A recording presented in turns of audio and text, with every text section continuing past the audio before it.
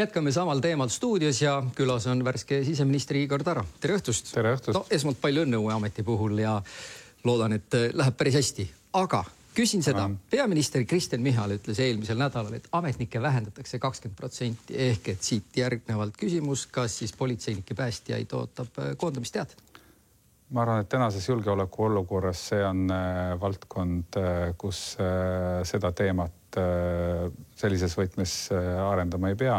Et kõik, mis sisejulgeolekut puudutab, seal on küsimus sellest, kuidas me olemasolevaid inimesi hoiame, kuidas me neid toetame, et nad ära ei kaoks. Ja võib-olla mingis plaanis ka, et kuidas me uusi juurde toome. Nii et siis pigem juurde, kui et vähem? No sisejulgeoleku valdkonnas küll, jah.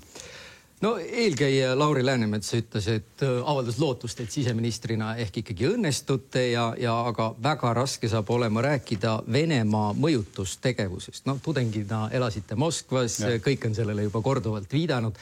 Kas olete valmis ka, et sealt võib tulla mingisuguseid piinlikke momente läbi sotsiaalmeedia näiteks? Ma ei usu, et mul oleks olnud tudengina piinlikke momente rohkem kui ükskõik kellel keskmisel tudengil Eestis. Ja ma arvan, et mitte mingit raskust ei ole mul seoses sellega, et selgitada Venemaa mõjutustegevuse ohtusid ja eripärasid. Et ma olen ikkagi nende aastate jooksul, mis ma olen seal elanud ja ka seal käinud, mingi ajakirjanikuna tundnud igasuguseid asju. Kas olete kindel, et saate NATO saladuste loa? No ma esimesel võimalusel taotlen seda, et kui oleks selleks olnud mingisugused väga niisugused kaalukad vastuargumendid, siis ilmselt ma siin ei istuks täna. Alusleppe esimene peatükk räägib laiapindsliga julgeolekust, ehitame kindlaks riigipiiri, viime ellu laiapindse julgeoleku investeeringute programmi ja tugevdame luuret ja vastuluuret. No millised investeeringud siis sisejulgeoleku vaates plaanis on? Millal idapiir ja milline idapiir valmis saab? No seda ma detailides täna ei julgeks niimoodi vastata väga konkreetselt, sellepärast, et ma ei ole sinna majja veel lihtsalt jõudnud. Ei ole veel neid tabeleid näinud ja neid numbreid. Aga päris oluline investeeringu komponent on see, mis puudutab elanikkonna kaitset.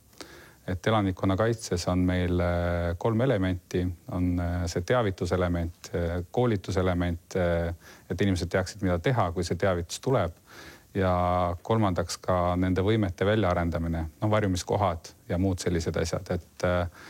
Et seal me hädaolukorra kaitse seaduse muutmisega hakkame teatud kohustusi panema, aga kohustused peavad tulema ka koos ressursiga, et me kindlasti ei saa öelda inimestele lihtsalt, et te peate kõik ise valmis tegema või omavalitsustele näiteks, et see on nende ülesanne, et siin kindlasti tuleb ressurss taha. Seega siis hakkame nägema rohkem kohalikul tasandil kas või õppuseid? Jah, õppuseid, koolitusi, näidisobjekte, mismoodi neid varjumiskohti teha, et kõike seda, jah. Üks punkt veel, mis on ilmselt puudutab ka teie valdkonda, on tehisintellektiga kaamerate üle-eestiline jälgimine. Läheb sahtlisse ja jääb alles? Mingit jälgimisühiskonda me ehitama ei hakka. Nii et selles osas võivad kõik rahulik. Aga kuidas jääb keskmise kiiruskaameraga, keskmise kiiruse mõõtmine 2 kaamera vahel autoga sõites? No ütleme, kõik need liiklust rahustavad ja ohutumaks muutuvad meetmed vajavad analüüsi.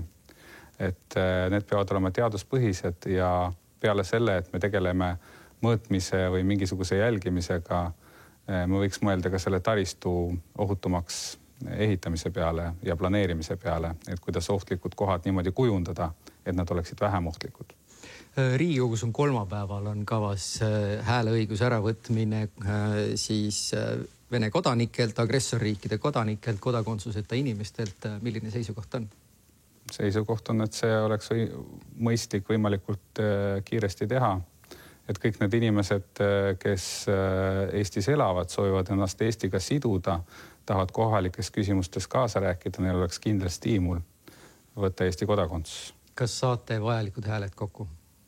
No, ma loodan küll, et ma ei oska seda ette öelda, aga see on Riigikogu teha.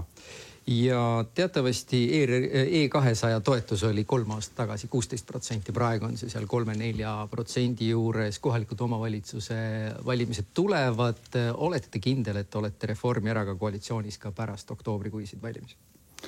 Eks poliitika on dünaamiline, aga ma arvan, et just selle koalitsiooni selline napp ülekaal ja maailmavaateline lähedus tagavad selle, et see kestab võimalikult pikalt.